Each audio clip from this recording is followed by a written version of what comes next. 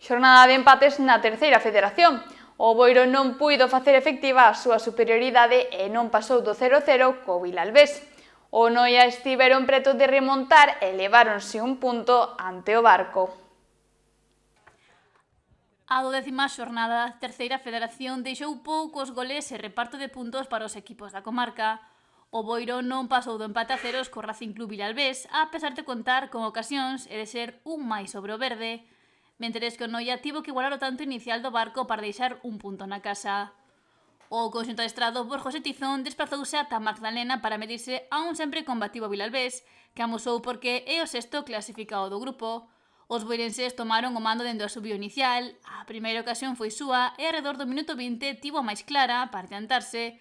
Juanma caeu na área local e o árbitro decretou penalti.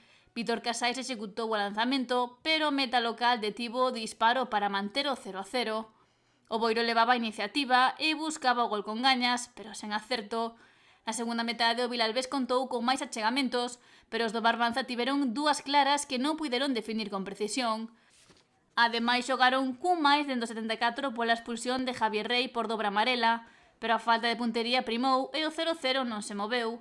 Reparto de puntos, un máis que suma o Boiro, que é noveno. E o Noia pecha unha xornada máis no descenso.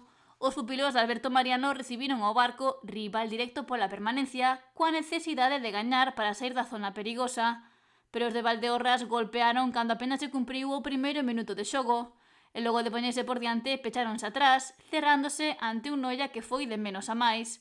Os brancos acumularon chegadas e perigo, pero o gol non chegou nos primeiros 45 minutos. Houbo que agardar ata os 62 para que os locais igualaran a contenda co tanto de Axel Sánchez, acompañado dun novo diluvio. Os barbanzáns crecéronse e tiveron máis ocasións respondidas pola defensa e o meta do Barco, que foi un muro e clave para manter o 1-1 nos minutos finais. O Noia segue en postos de descenso e a permanencia afástase ata os 4 puntos.